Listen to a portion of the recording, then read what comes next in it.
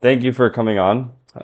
It's great to finally meet you. So, to start with a little introduction so that both I can get to know you and everyone else can get to know you. Who are you and what is it you do? And yeah, we'll just start with that. Yeah, yeah.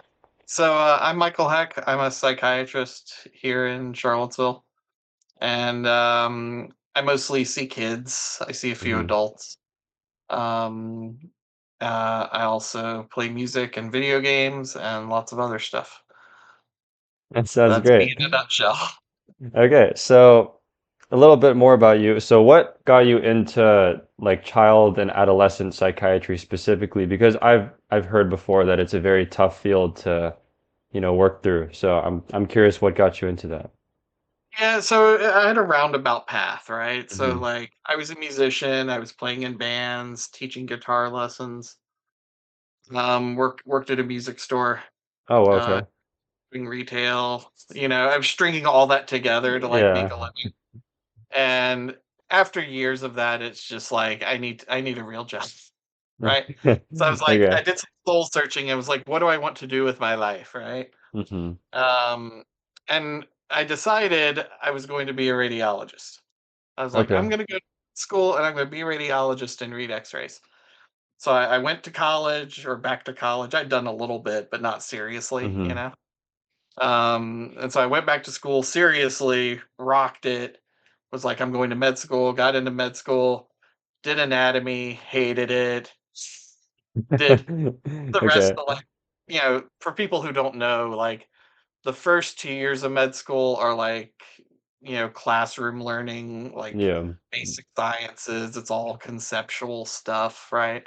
And the Mm. second 2 years are clinical, you're more hands-on, they don't let you really do much, but you're seeing patients, Yeah, yeah. it's very like, shadowing on the job training kind of, which is much more my learning style and way more fun than Hmm. just listening to lectures all day and reading PowerPoints, right? I get that, yeah. Right. And so like, the first 2 years are kind of lame. The second 2 years are much easier and more hands-on. So I get to my clinical years and I had a radiology rotation like early. I had like an elective and I picked Yeah. radiology. Like, I'm going to try this out. Hated it. Hated it. Okay. So I was like, I need to rethink this. Right. It's just, it's cool, but it's just a lot of minutia. It's Okay, I like, see. there's a 2.7 centimeter lateral displacement of the left distal epicondyle. It's like it's very a lot of minutia, whereas I just Right. want to be like, their arm's broken, dude. Like, you know, I don't need to like measure exactly how many centimeters it is. Yeah. No one cares, you know.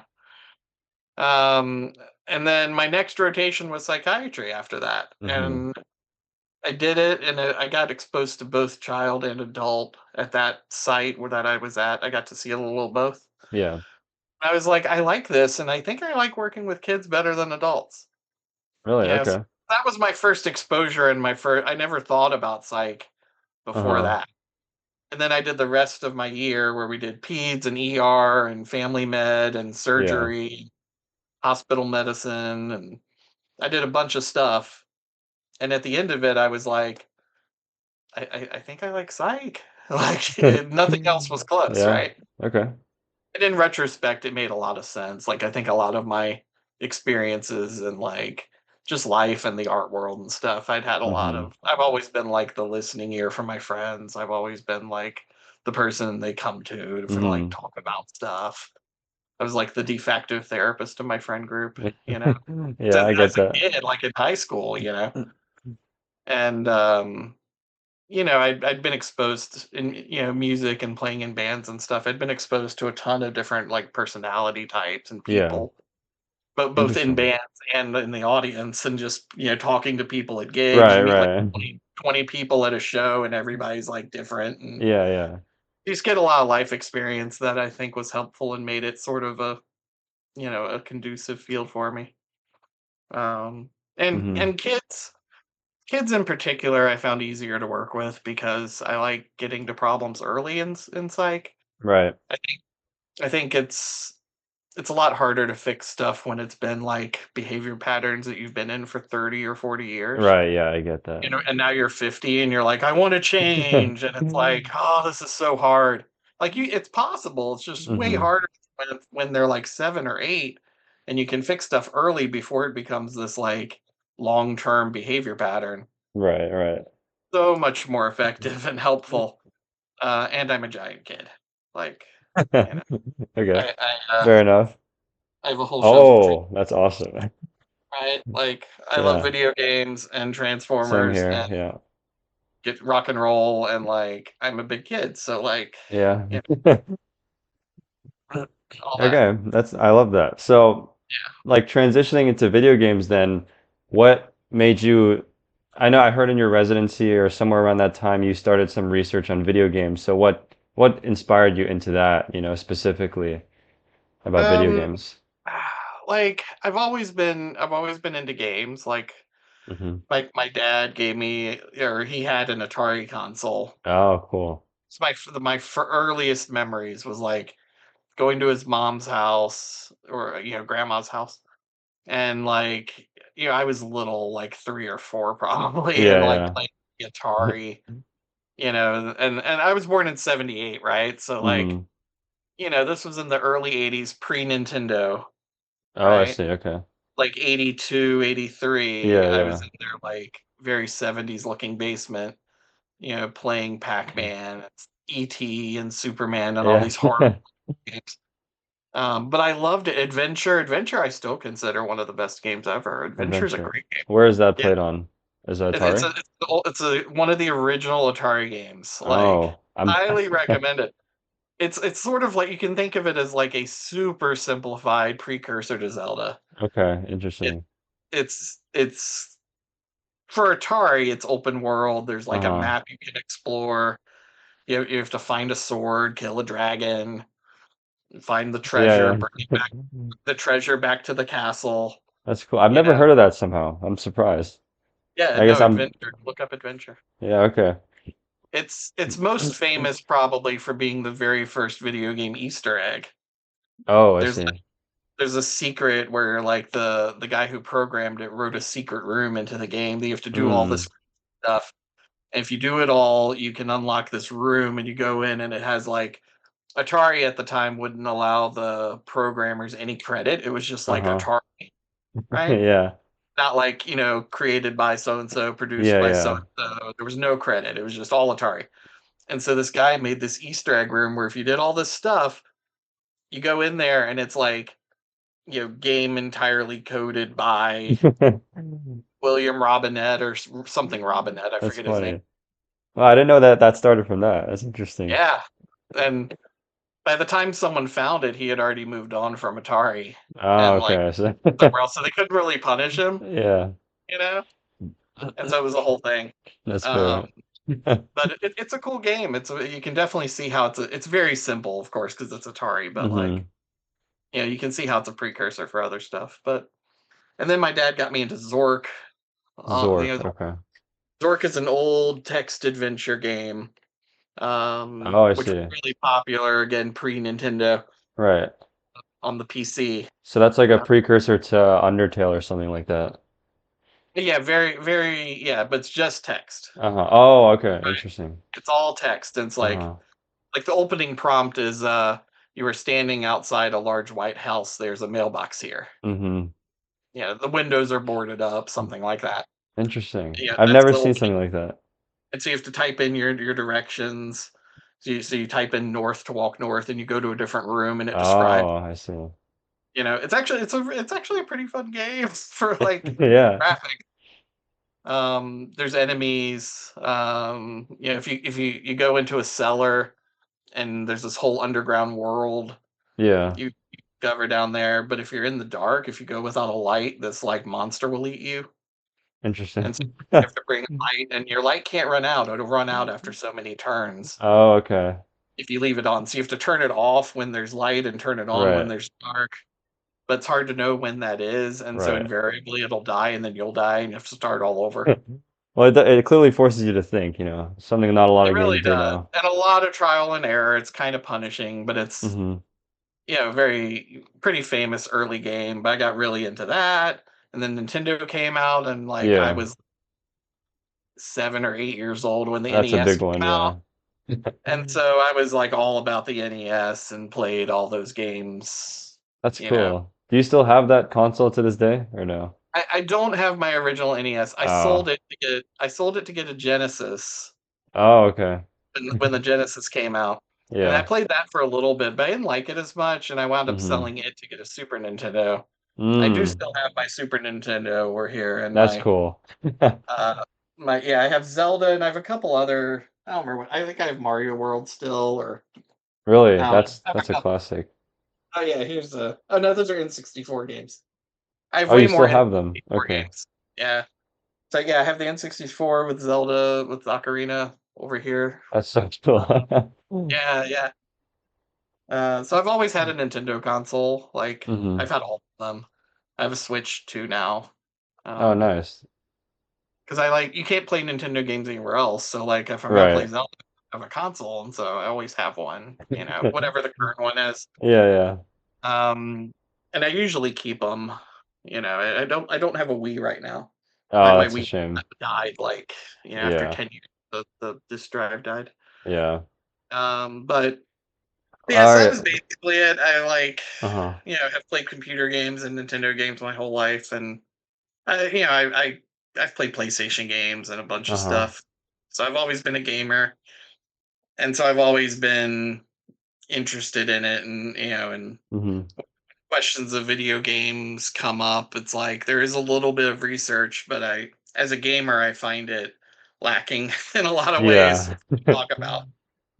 But it's super interesting because it raises a lot of questions. Mm-hmm. But yeah. That's great. Okay. So, transitioning a little bit. So, from your perspective as a psychiatrist, like what are some of the positive ways that video games can support mental health for, for example, for your patients and whatnot? Yeah, like so this is interesting, I think, because it gets into questions that like need a lot more research. Okay. Uh, there's been some kind of like overarching, kind of general research that they can improve self-esteem and well-being and like, Mm-hmm. things like that. There's research showing improvement in like visual spatial skills, right? Yeah. Which is cool. Um but we're lacking on a lot of good evidence. Like there haven't been a ton of studies on like specific games, and a lot Right. of what there is are like really small things. Like I remember seeing a small study years ago that compared like a brain training game, like one of those like brain teaser Yeah, yeah. apps from the Mm. 2010s or whatever. Like it was comparing one of those brain training apps to like Portal Okay. in older people. So they had older folks who were like, over 65 Yeah. play either Portal or play the brain training app, and compared their cognitive outcomes after like a month of each. Okay. And the brain training group did not improve, but the Portal group did. The Portal group had Okay. like cognitive performance after playing Portal, whereas the other group didn't. But there's not a Interesting. lot of that, right? I'm like, that's cool. Yeah. Portal's great. Like it's very complex problem solving. Like Mm-hmm. how do I get out of this room? Portal's awesome. But like, but the brain training app did nothing, Right. comparatively at least, right?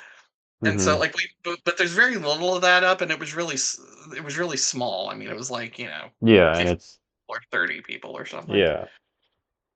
And like we need way more of that. Like, head to head game Mm-hmm. stuff. We need like games versus other things, all kinds of stuff. Yeah. Uh, so it's really hard to say with any like data. I see.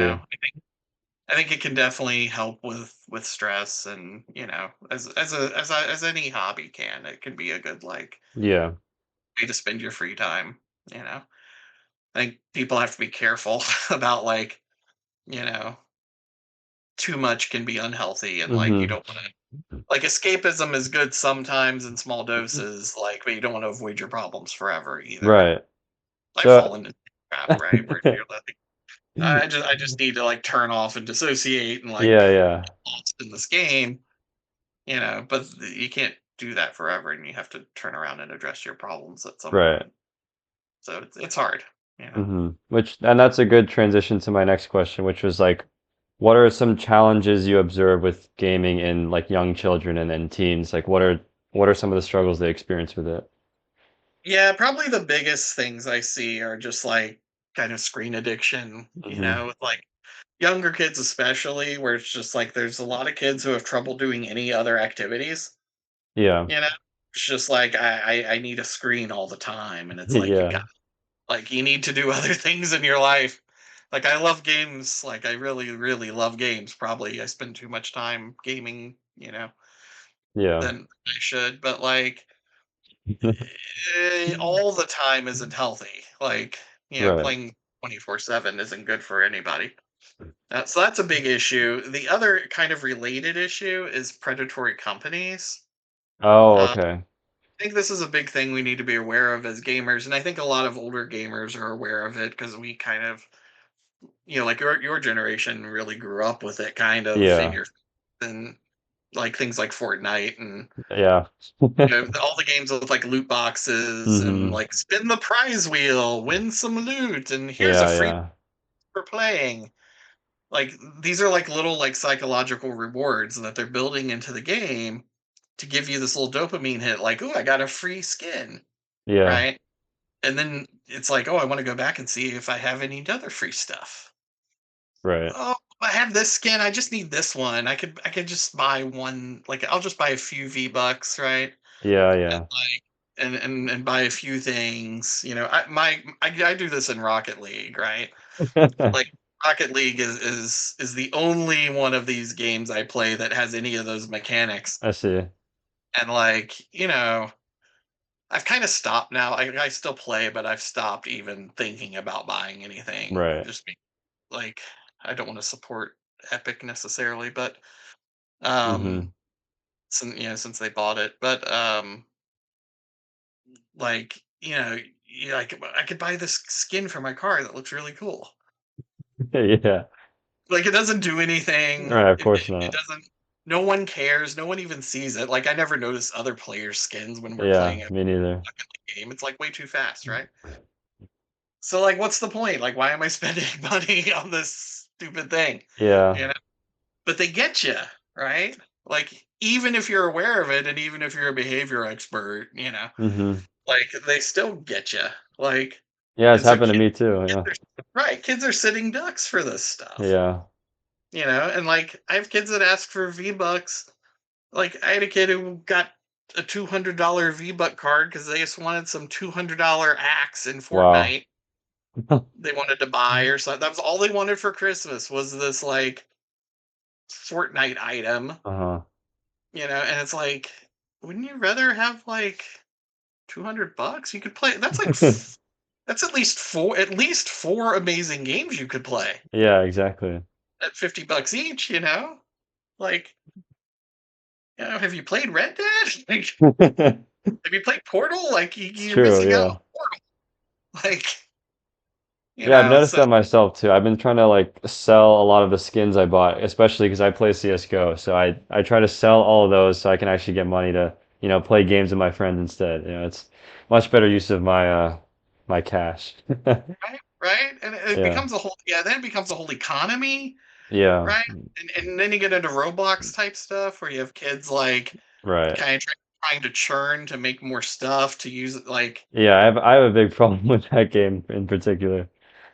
yeah, like these are issues. Like, so I think all gamers and parents and kids even, like, I Hmm. talk about this stuff, or I try to with some of my kids that can some people are too young or they can't Yeah.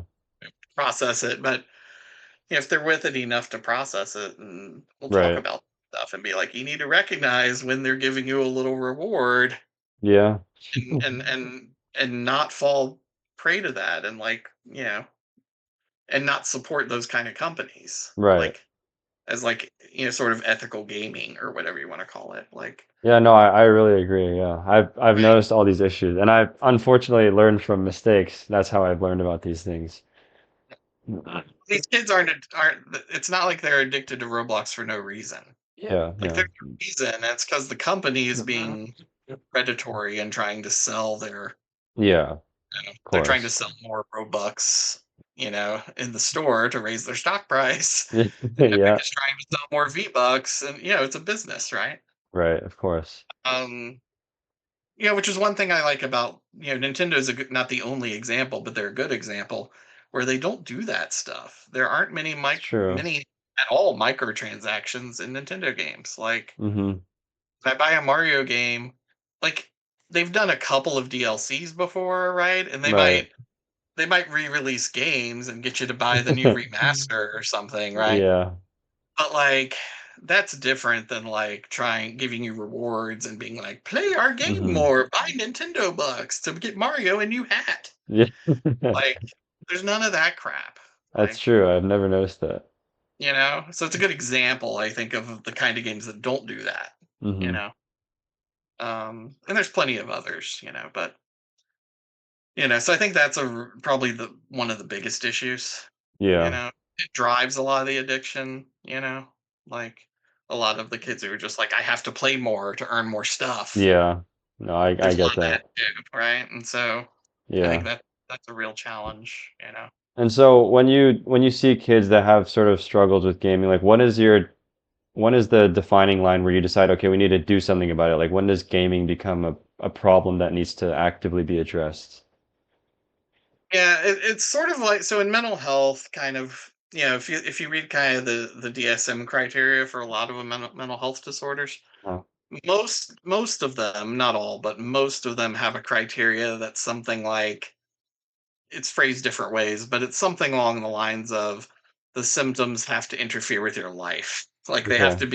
they have to cause you distress in your life or Uh-huh. affect your life in some sort of way, right?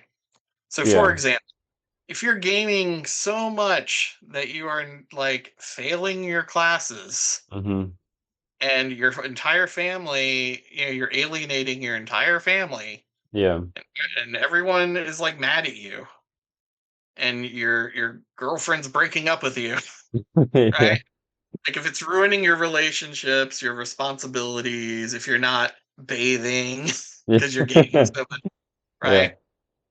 Um, I forget what there's a word for this in Japan. They've actually coined a Really? term. I forget what it's called. I don't want to misquote it, but they've coined a term for this in Japan, where of like people who game so much they just game nonstop and just like stay Mm. I isolated think I know what and you're talking about. I yeah, think there's a similar one for people who watch a lot of anime, right? I think. maybe yeah. It's something like uh, uh, I don't remember what it is, but Hmm. I'll try to find it later. But yeah. yeah. Anyway, but yeah, it's that kind of thing where it's like interfering with your life. You're like Yeah. not taking care of yourself. These people who die doing 36-hour marathons and they get a blood clot, right? Yeah. From just sitting still for 36 hours and you don't Hmm. move your legs, right? Like that's a problem, right? Right. Um, and I see a lot of kids where it's that bad, where they're playing like nonstop. That's all Uh-huh. they can do. Like they might go to school, but they're gaming at school when they're not supposed Oh, to. I see. Okay. Or they're like, they sneak their phone and they're playing their phone, Hmm. or as soon as they get home, they do nothing else. It's right to the game and like Right. game late into the night. And then the next day, get up, go to school, come home, game late into the night. Yeah. And it's like, I mean, I did that too occasionally. And I mean, probably more than I have. But like, you have to have other hobbies. I think that's another good thing is like, you should have like a couple of hobbies. Yeah. Like, I love gaming, but it's not the only thing I do. Right. I Like, I mean, play music. I yeah. read books, like go outside Important. occasionally, Yeah. grass. I always tell my kids like, even Miyamoto gardens, right? Like, Yeah. which is how he came up with Pikmin, right? Right. Like, He was out gardening and was like, "Oh, what if there were little things in my garden?" Right. Oh, that's a game. Hey, poof, right? And so like these other things can even like touch your gaming stuff, Hmm. right? And so like you need other things in your life, you know, Right. So is both your for main yourself. approach? Oh, sorry, go Yeah, ahead. I said both for yourself and just for like to be interesting to other people. You Oh, know, yeah, no, I like totally agree. Yeah. you're not an interesting person if all you do is just like play Fortnite Right. 24 hours a day. Yeah. So, So like, is your main approach when dealing with these types of issues is kind of just redirect their attention? Like, how do you approach a very strong video uh, game addiction? it's really hard because like you know, I've tried all kinds of stuff. We don't have a clear, Hmm. you know, evidence-based guide on how to treat it yet, really. Of And course, so, yeah. you know, I don't like being the bad guy and being like, "Stop playing video games, guys." But sometimes that's, the only way to get better. Sometimes, like if they're really addicted, sometimes like, cold turkey is the only way. But sometimes that can be dangerous. Like Hmm. kids get suicidal and things like that when you cut them off, I see. right? And they go to Okay. the hospital. So like you can't really say that. You can't be Right. like cold turkey, no games for a month, right? Right. But a lot of times they feel better at the end of the month than at the beginning Mm. after like a period of cold turkey, after a period of abstinence. Yeah. A lot of people, most I've never actually, I don't remember ever having someone say they didn't, you know, feel better after Right. cold turkeying off, but like right away in the early part, it's like It's tough. sketchy. So you have to be on Yeah. guard if the parents go that way. Okay. Mostly this is parenting stuff, so we kind of leave it up to parents at this point because we don't have good data on what the right thing to do is. And Yeah. so whatever the parents think, I warn them like, if you cold turkey, they can get really dysregulated and upset and even suicidal. So like Right. be prepared for that if that's what you do. I try to get the kids to like think about other hobbies, right? Yeah. Like is there anything else you like? I'll try to recommend them. Good substitutes for gaming tend to be other hands-on things. I Like see. real life games can be good substitutes. Yeah. Like I try to encourage like, if they're gaming a lot, all right, how about the family just plays Uno or like, Mm, you know, okay. some kind of fun game. Like get Yeah. a fun game and play it. I'll tell them to get like Ticket to Ride or some easy Yeah. sorry. Like just play a game. Do a puzzle, do Legos, Hmm. right? Get some Legos, right? But hands-on interactive things are good, I right? see. Um, encourage any creative hobbies they have if they like to draw or if they like to dance or if they like to martial arts or anything. Yeah. Some kids it's sports, some kids it's not sports. So it just depends. But some people don't have any other interests. They're just like, I just want to play Fortnite. Yeah. Like, what do you do? Like, I don't know. So you try sometimes parents will try and set limits, and sometimes Yeah. that's as if like one thing you learn working with people that are kind of like hooked on stuff is like they will stop at almost nothing to get their fix, Yeah. right? Like, I worked at a hospital one time where someone smuggled cocaine in on a pizza. Wow. Okay. Like their friend brought them a pizza, Yeah. right? That was like cocaine laced, right? And it's like they'll stop at nothing to get their fix, Hmm. right? Like people will hide cigarettes around the house in Yeah. case, their spouse takes their cigarettes or whatever, and kids will do all kinds of stuff if you like try to police their I've had kids like parents are taking the device away at night so they can't game in the middle of the night, right? Hmm. And the kid will like either save up some money and buy a secret device, like a cheap Wow. tablet, Okay. and keep it under their mattress, right? Or they'll borrow one for like an old one from a friend. We'll Hmm. have one because everybody's got 100 cheap old tablets laying around a Yeah. lot of time. Like, and their friend will let them borrow one or something, or the parents will try and block the Wi-Fi, but they'll like get the neighbor's Wi-Fi, Yeah. right? Or they'll get a secret. I've had kids get secret phones, Really? How do They they had get like a phone? they'd have like a friend's old line that's Oh. active or something, or they'd get a phone and use it on the Wi-Fi, or any Mm-hmm. device that can access the internet in any way is fair game. So like all kinds of stuff, like they'll Mm-hmm. stop at nothing to get their fix, and so it's really hard to police that way. You have to be very active and tech savvy as a parent, Yeah. and lots of them aren't, so that's really challenging. So it's really really tough. Um, the real answer is don't get that addicted. you Yeah. know, Yeah, it's that's a good point. people should know what they're playing themselves. Parents should know what their kids are playing. That's a big problem. Most of Hmm. my parents have no idea what their kids are playing. Really? Wow. Okay. Like, I have some parents who game, but a lot of them they've Uh-huh. never played. I'll ask parents. I'm like, "Have you ever played Fortnite?" They're like, "No." Okay. You ever play Roblox? Nope. No. I don't know anything about that. You know, Yeah. like all the time. You know, and I mean, there are some who will be like, "Oh yeah, I play this, I play that, and stuff," but a lot Hmm. of them don't play the same games. Like, Dad might play Skyrim or something, but has never touched Fortnite. Right. Like, I have no interest in Fortnite. I've played it a few times to see what's up with it. Yeah. Like, you know, but I don't like spend time there really. Yeah. You know, I'm not super down with the meta, right? Right, Like, of course. I don't know maps. I don't know anything. Like, you know, I die instantly when I drop in. Like, it's Yeah. just, I don't really want to play.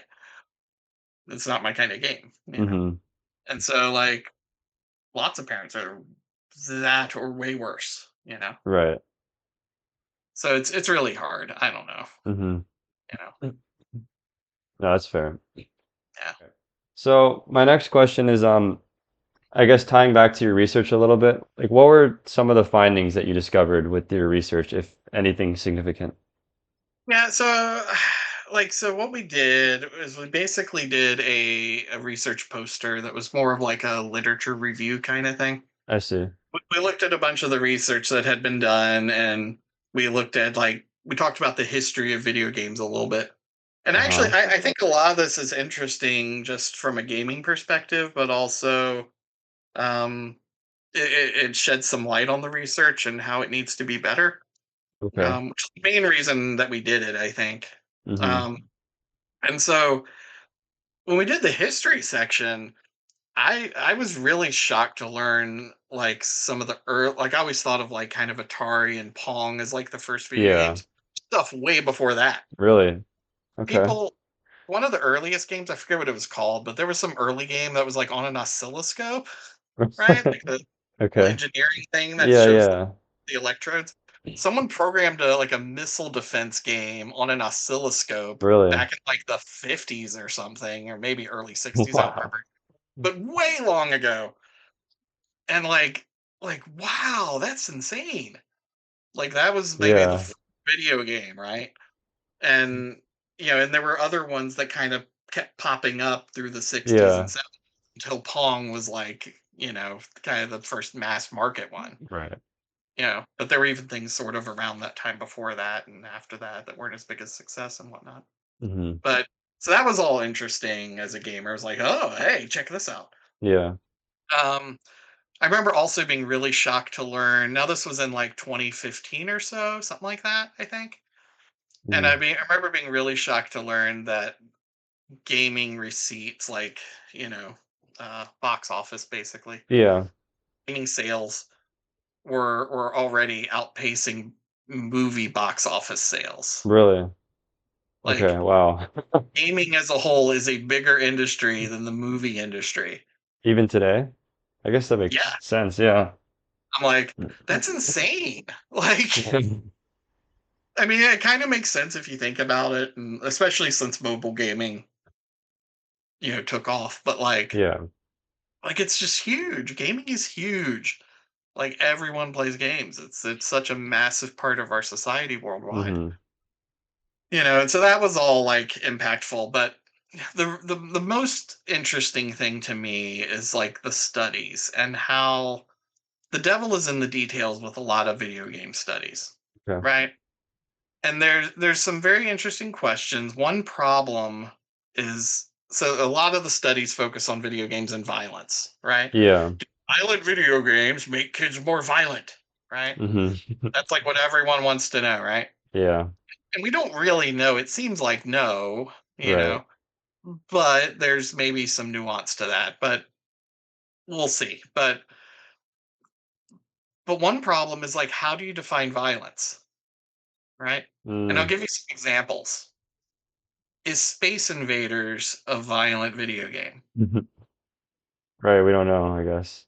You have a spaceship, right? And Yeah. you shoot a laser at an alien that explodes. Right. It's kind of its guts go flying into, right? You're exploding a life form with your spaceship. Is Right. that violent? Like, It, okay, yeah, it seems like not, right? right? Like, but you're shooting something that you're shooting a life form that explodes. Right. Like, it's not. It doesn't look as realistic as, say, Mortal Kombat, right? Yeah, yeah. Mario squishing a Goomba, That's true. throwing fireballs at Right. duck turtle things, right? Hmm. Okay, some of these things are sentient, Yeah. like the Bowser kids throwing a Bowser kid into lava. That's true. I Is didn't that think about violent? that. That violent? Like, so how do you define violence, right? Right. Is Madden violent? Is football violent? Yeah, it could be. Right? What about wrestling?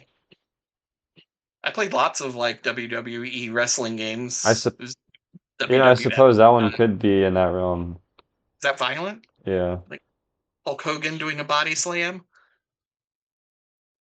right? Is Fortnite violent? I think this is a good question. Fortnite's kind of cartoony. Right, that's something I've thought about too. Is it It's really violent hard to tell. versus Call of Duty? Yeah, Like, what about Fall Guys? that's true. I would say Fall Guys actually makes it gives me more anger than Fortnite, which is like objectively more violent, right? Right? Yeah. So this is a really difficult question of, like, how do you define violence, right? Yeah. And I don't think the people studying video games understand video games well enough to define that question. That would make I sense, right? I don't think a lot of them are gamers themselves. Yeah. And at least historically, maybe they haven't been, and maybe that's changing a little bit or will eventually. Yeah. But, like, you know, uh, and the best example I can give is probably the most famous video game violence study. There was a study in 2010 called the Hitman Study, Hmm. and the Hitman Study was all over the press. It's still probably the biggest since media sensation study on video games and violence. Hmm. Um, and what it looked at was the game Hitman, right? And Right. does it cause violence in kids, right?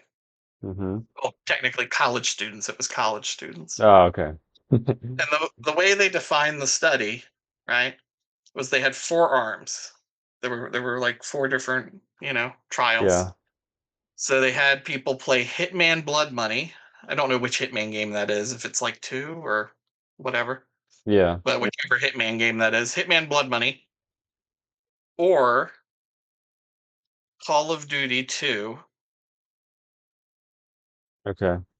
right? Uh, except, so in the text of the study, they say it's Call of Duty. Yeah. Right? In a graph, like, there's a picture of the different arms of the study, and Yeah. in that picture, they call it Medal of Honor. Okay. Your Interesting. guess is as good as mine as to what game did they use Medal of Honor or Call of Duty, because those are Right. different games. They had people play Hitman, Call of Duty 2, Madden, Okay. whatever the year was, Madden, and I think it was Madden '08, Okay. Madden, and No Game, Hmm. right? And their conclusion, they had them play each game for 45 minutes. If you were in that arm, you just played that game. Okay. I see. So this group would just play Hitman for 45 minutes. This group would just play Call of Duty for 45 minutes. And at the end of the before and after the 45 minutes, they gave you a standardized rating scale about how like angry or aggressive you felt. Yeah. And they concluded from that none of the games raised anger or aggression levels more than no game. Right. So it was equal, right? You see the problem? Yeah. Hitman and Call of Duty are not the same game. You can't just call those violent. Right. Not Like, really, not even close in terms of gameplay or anything. right? Hitman, and here's the other problem too, is like there's a few problems. One is that Hitman, I consider it more of a puzzle game, Yeah, same here. right? You're trying to figure out Yeah. how can I accomplish this goal and not get caught, right? Yeah. That's the puzzle, that's the game part of it. The Yeah. setting is violent, Right. right? The That's about setting it. is violent, but like the actual gameplay is a puzzle game. Yeah. It's like it's very similar to figuring out like a Zelda puzzle mechanic or trap or something. It's like Yeah. how can I do this thing without the thing going off, right? Yeah. That's the game of it. Call of Duty, you're playing through missions, and here's the other problem. Or are you playing through missions? What mode of Call of Duty did they play? Did they direct the players as to what mode to Mm. play? Maybe Did they they play didn't. That's true. deathmatch? Did they play story mode? Yeah. Some other mode? How many modes did Call of Duty 2 have? I have no idea off the top Right. of my. I think I played it once or twice, but like I don't remember how many. I'm sure it had some sort of match mode and some Yeah, yeah, sort of of course. at least. There may have been other modes, right? Right. Do different modes matter? I think there's a big difference in I would say deathmatch they mode, do, yeah. right? I would say they, as a gamer, I would say the modes matter. Yeah. Did they direct them? Probably not, I'm You guessing. know, like these things are problems for your study design. Like Yeah. you have to compare apples to apples. I think, you Yeah. know, to some extent. Like so, and 45 minutes. I mean, what's 45 minutes gonna do? Right. I mean, no one plays for that Play little. game. Yeah, people play games for like 8 hours a day for a week and get back to me, or for 8 hours a day for a month and get back to me. Yeah. You know, like spend all summer break playing games and get back to me on what it does to you. You Yeah. know, yeah, but we don't have any of that. They did 45 minutes and a few college students Yeah. once,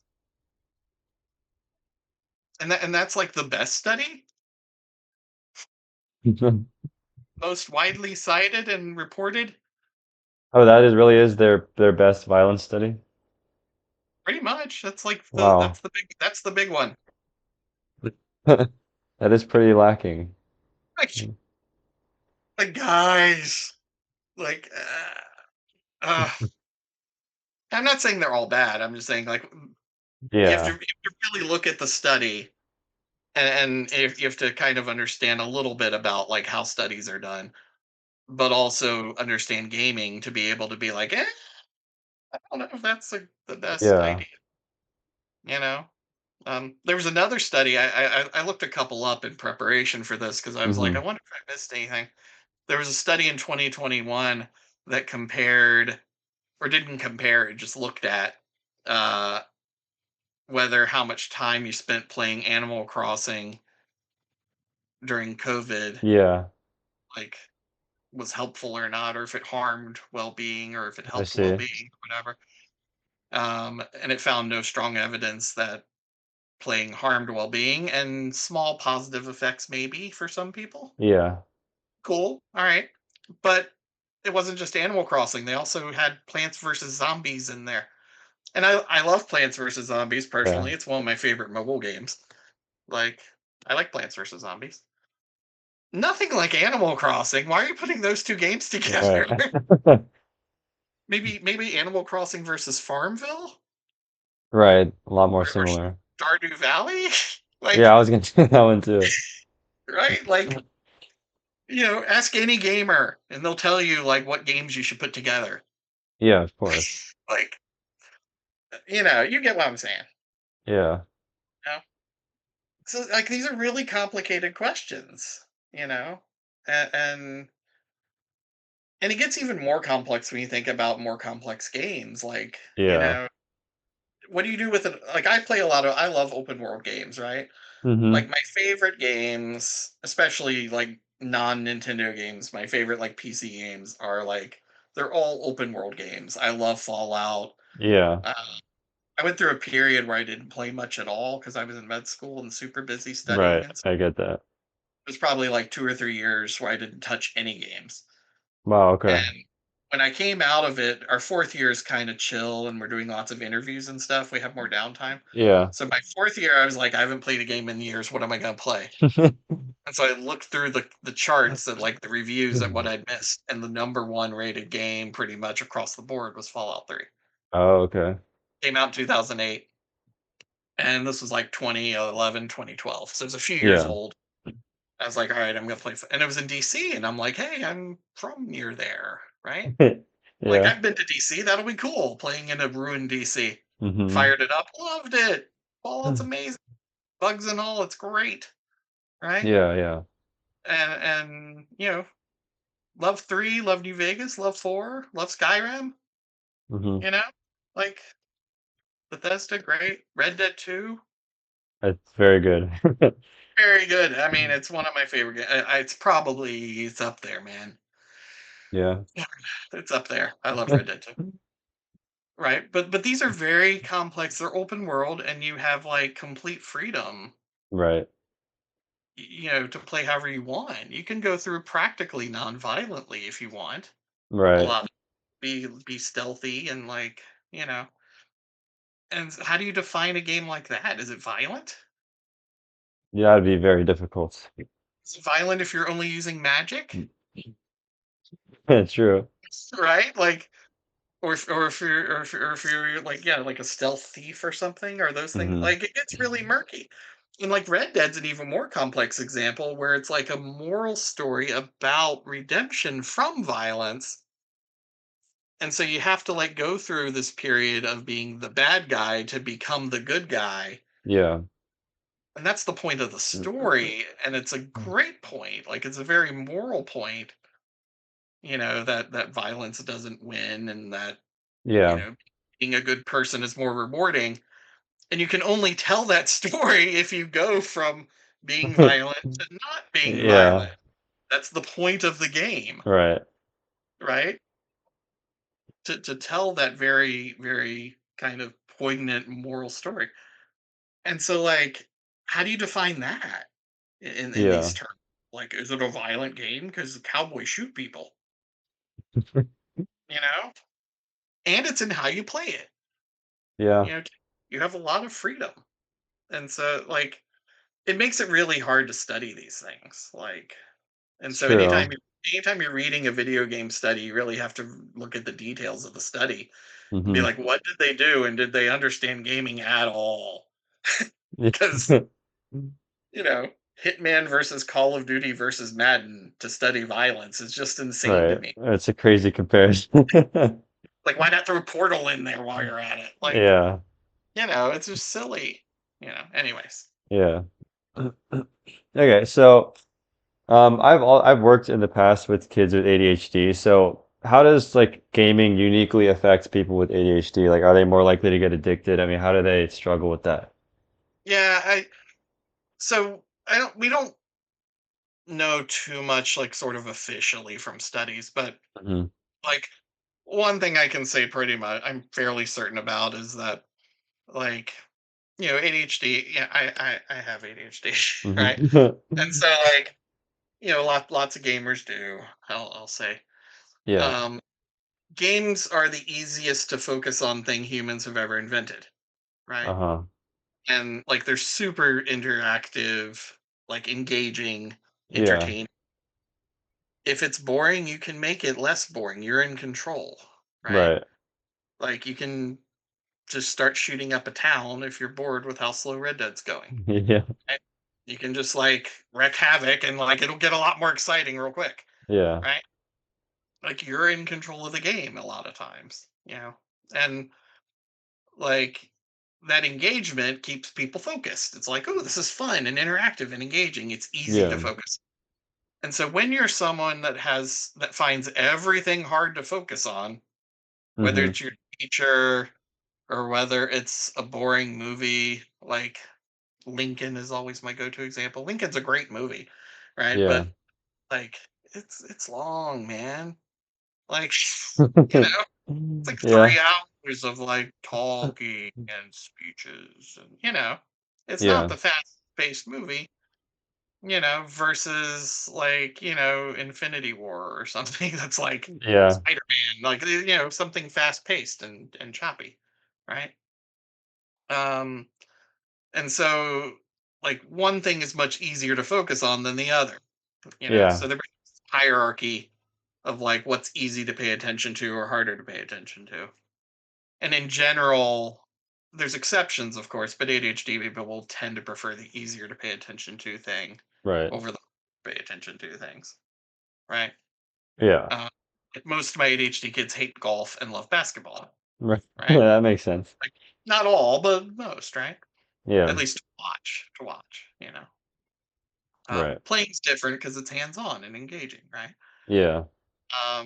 But so that's a big thing. So I think there's a little bit of easier draw to it, and more push away from other activities because they're boring, or you know. There's another problem that's really common of like it takes time to get good.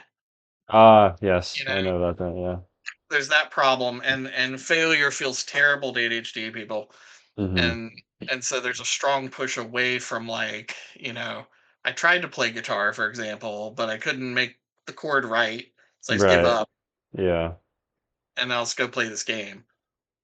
You know, Yeah.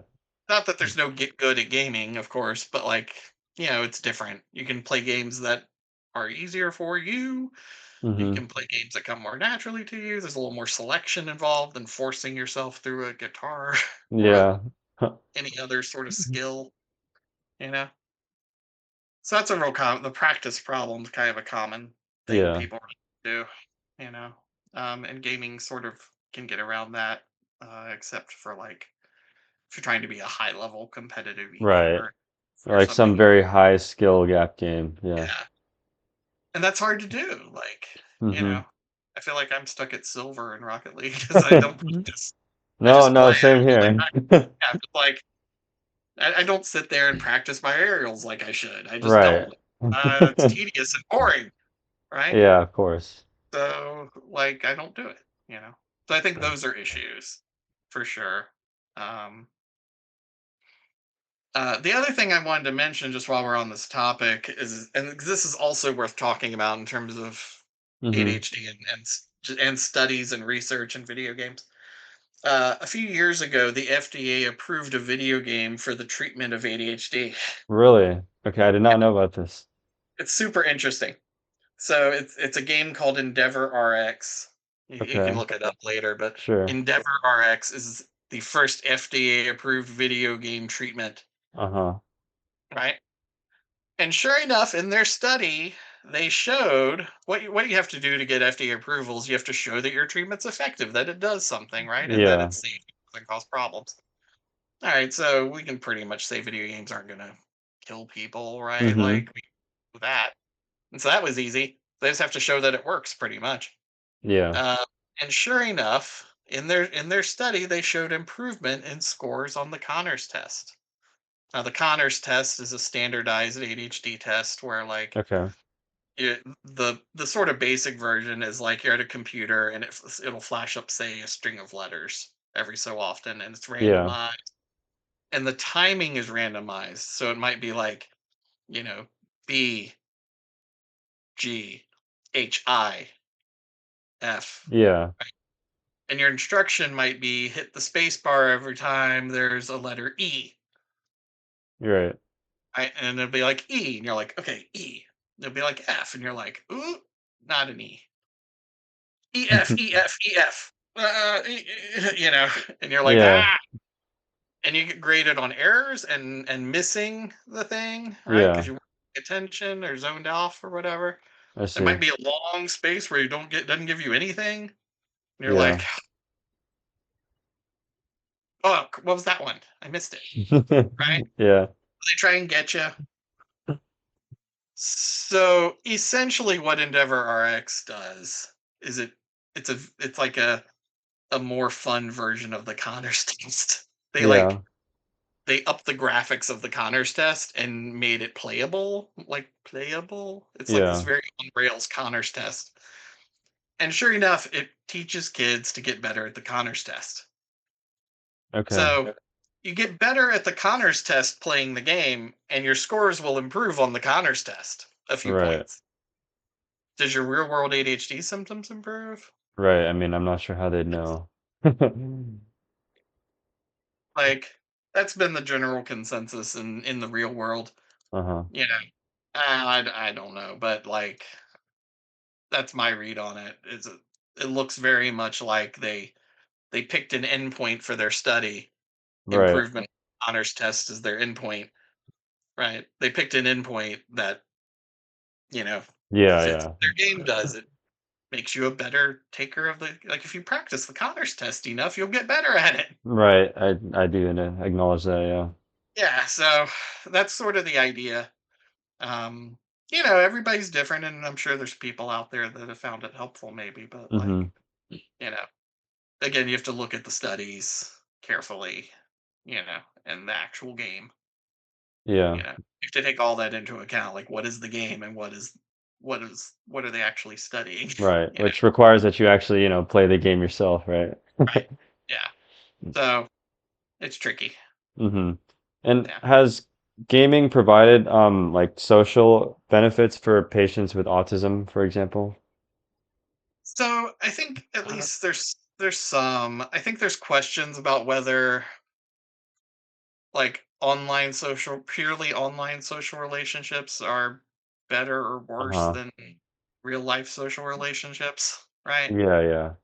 I think there's a difference. Like I'm I'm I'm from a generation that grew up playing competitive games against each other Yeah. in person. Like Oh, I see. Yeah. we regularly would be at each other's houses with at least two people, sometimes four once the Super Nintendo came out Yeah. playing games against each other, whether it's Street Fighter or Mortal Kombat or a sports game like Tecmo Ball or Yeah. Madden, right? Or Yeah. whatever. Joe Montana football on the Sega Genesis, right? Mm-hmm. So many basketball games, double dribble. Me and my friend in elementary school would play double dribble all the time at his house. Mm-hmm. But those were we played in person. Like you had one controller and the other, we played, right? Yeah. We're just there. Um, and I don't know. There's I think there's something different about an in-person relationship. And then we wouldn't just do that. We would take a Yeah. break outside for a minute and come back in and play some more, play a different game. You Yeah. know. And not that online relationships can't be good. You know. Right. But is there a difference? And the reality is we don't really know. Um, Now, sometimes for people with autism, but also people with like really bad social anxiety Uh-huh. and things like is an online social relationship better than no social relationship? I mean, maybe, Perhaps. perhaps, or is it Mm-hmm. enabling? Right? Yeah, Like, would good they be point. better if you made them get out of the house and made them have a social? Like, I don't know, Mm-hmm. right? So that gets murky. I do think there's some value in like, especially for the autism community. I think there's some value in video games like modeling social interactions, like Yeah. role playing games, for example, or things might model social interactions in the cutscenes or in Mm-hmm. like like in Fallout or Skyrim when you have to go up to someone and talk and you have to pick a response. Yeah. Like, what's the right response? Yeah. Yeah. Hi, nice to meet you, settler. Why are you here? Don't say I'm going to kill you all. Like, say, like, I really like the place you've built, sir. Yeah, Right? yeah. Or whatever. So picking the right social response can be helpful with some guidance and like it's like modeling, teaching Yeah. like social interactions and things. So there's some things there. There was a study I saw that was like they looked at there's therapeutic Minecraft servers. I hadn't heard of this. Really? I didn't know Yeah. about that either. Um, but there are Minecraft servers that are specifically made to be like therapeutic, Hmm. and they found that they had increased social confidence and reduced loneliness in autistic youth. Um, Interesting. so, I yeah, I would so have to take a look at those. I've never heard of that. yeah, yeah. So, um, so that's interesting. Hmm. Like probably a small study. We probably need more. A bigger study would be nice. Can we get like 1,000 people instead of 20 or however many were in it?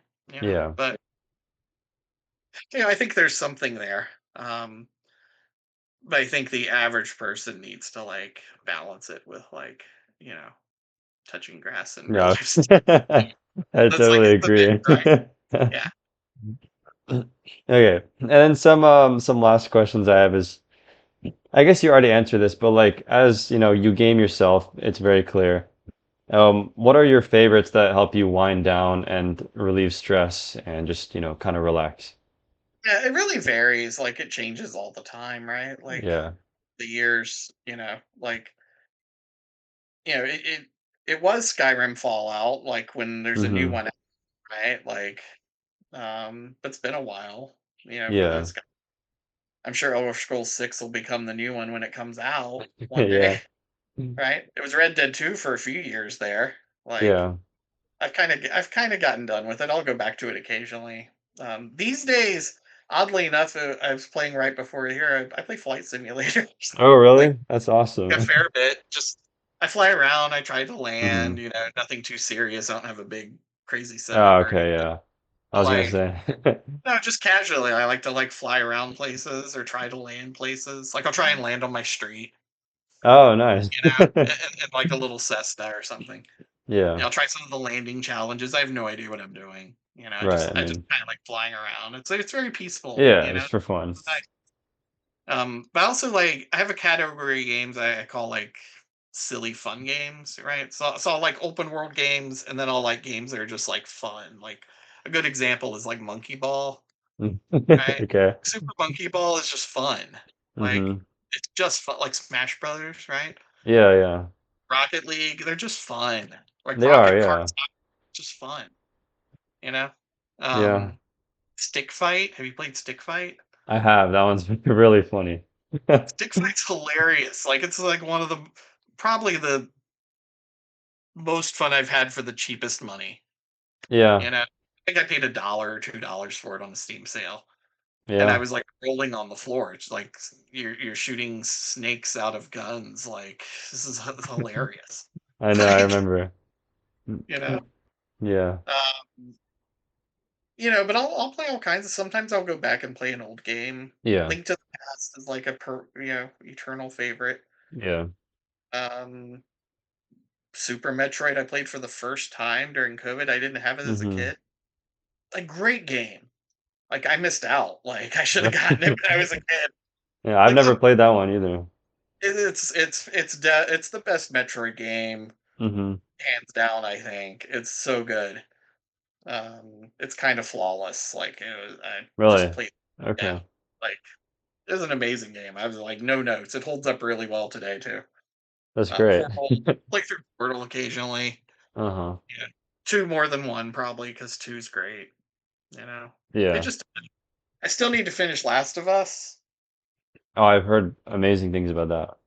Yeah, Last of Us is great. I got stuck. Like I burned way too much like more ammo than I should. I didn't realize it was Oh. that scary. Or I was just bad. I don't know. But I burned a lot of ammo, and I got stuck in this place where there was lots of clickers, like zombie things, and I didn't Yeah. have enough ammo, and I'm like stuck.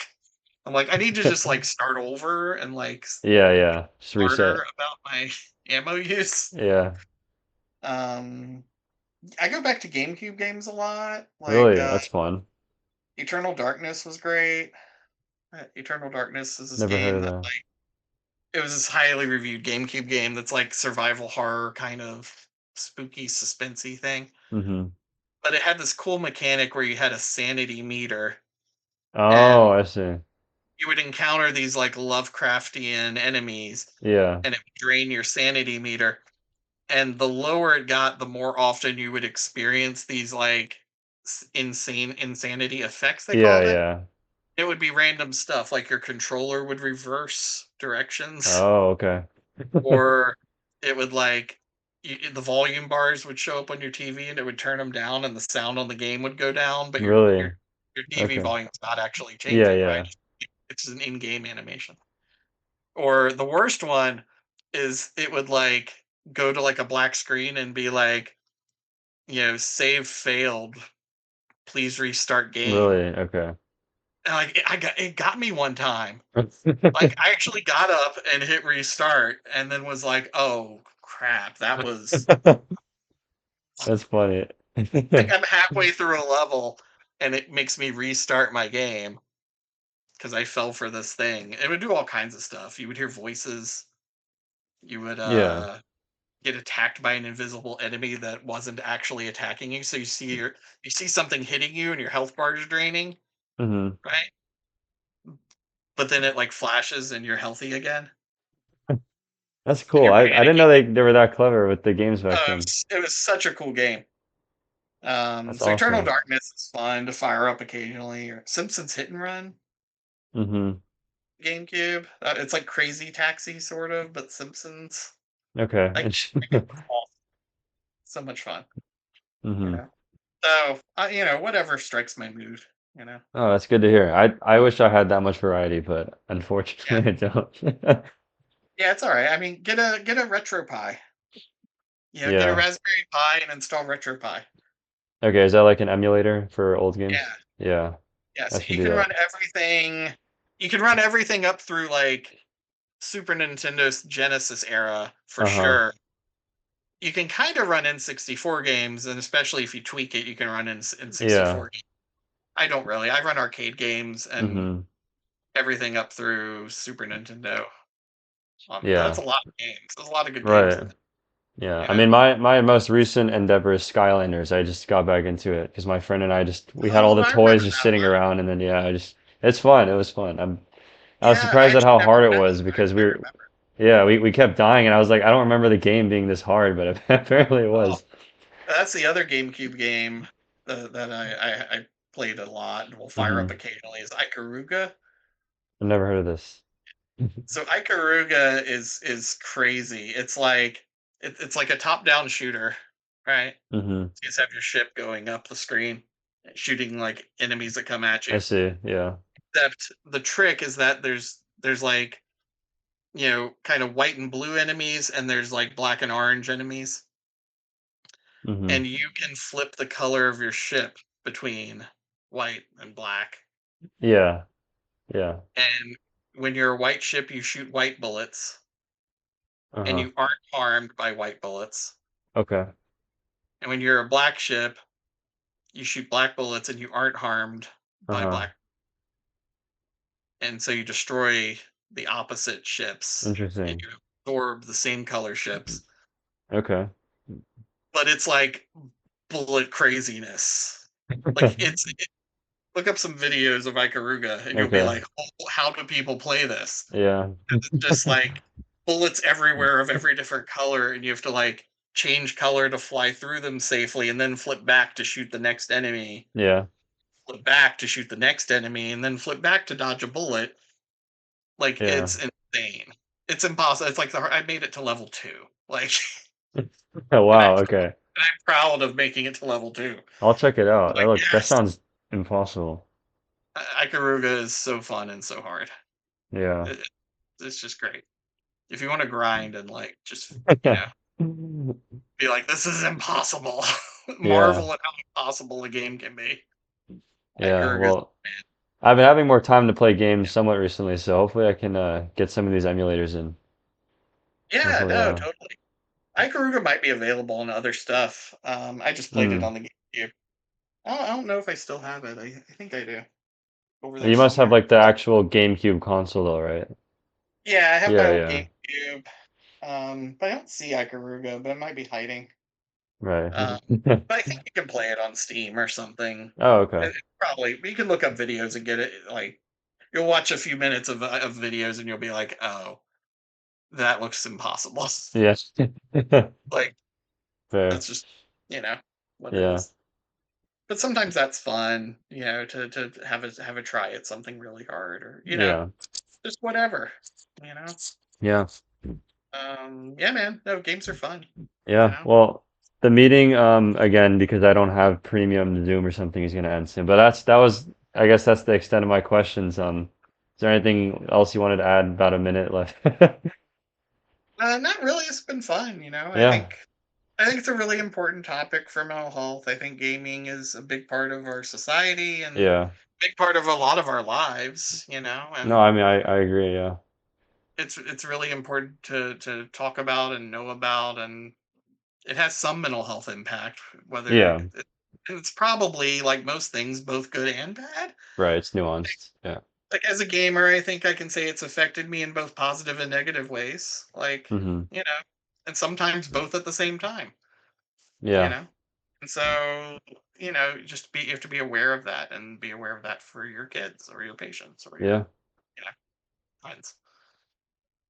So that's that. But yeah, man, no, it's fun. Hopefully, it Yeah. was helpful. No, that was very fun. Hope you guys find it helpful out there in Yeah. internet land. I really enjoyed this, but thank you so much for taking the time to Yeah, talk to me. anytime. Yeah, Yeah, I appreciate it. All right, yeah, well, take care. Bye bye. yeah. See you, man. Have Later. a good one.